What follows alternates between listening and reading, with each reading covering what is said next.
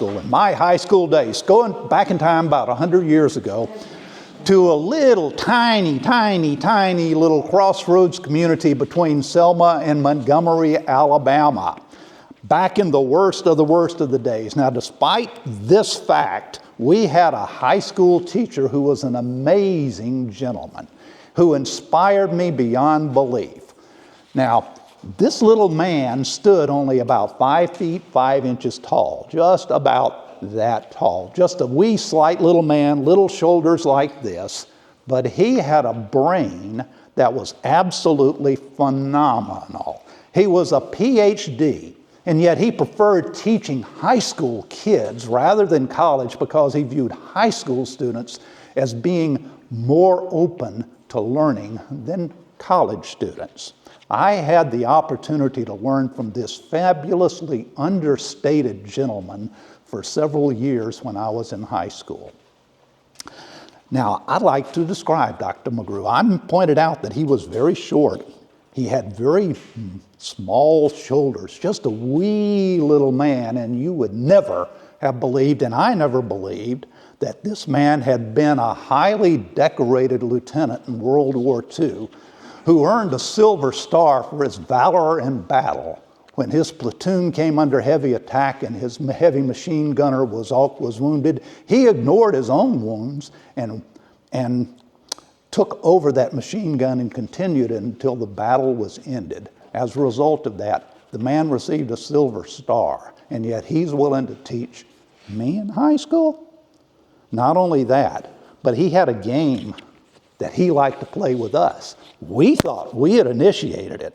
And yet what we realized later was that he didn't mind playing it. In fact, he liked it because he knew he was going to get across a point to us that we needed to understand, which was that don't start a gunfight when you come armed with nothing but a pop gun. Guys would ask questions that were off the wall, and invariably he would always come back with a response that we could not imagine. And you would see him. He would look at them, he would listen to them, he would begin to nod slightly, and then finally he would go into deep thought. He would put his fingers on his nose, but then when he did this, you knew that he was coming out with something, and invariably he blew us away. One day, Steve thought he had the question that Dr. McGrew would never be able to deal with. In the middle of class, he raises his hand and he says, "Dr. McGrew, I'm sorry to interrupt, but my girlfriend just told me to go to hell. What would you suggest I do about it?" Now, he thought he had Dr. McGrew. This was going to be the one that was going to get him. We were all waiting for it. Well, Dr. McGrew listened to him, stopped, hands on his hips, went into his thought routine, fingers nodded. "Steve, I'd suggest you not take her advice." At that point, we all just realized we were out of our class and we needed to just forget about it. One day, though, Dr. McGrew came in with something that we thought couldn't possibly be.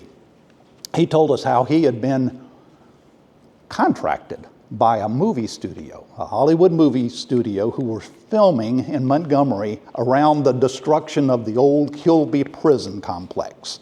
They had contracted him to help with historical research, and they'd given him a bit part in the movie. He emphasized no big deal with it. He'd be late a few times, but that was what was going on.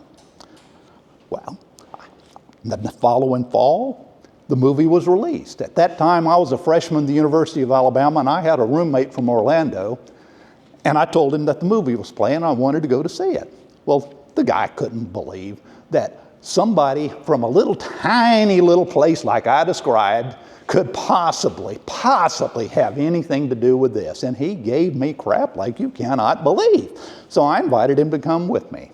Well, that night, there at the Bijou Theater in downtown Tuscaloosa was none other than my high school teacher, Dr. Mason McGrew. I learned so much from Dr. McGrew. I learned that you don't have to be a big man to do big things. I learned that a big man is kind. A big man is one who will help others, who will always defend others. Dr. McGrew, I learned so much from you. Sir, may you rest in peace.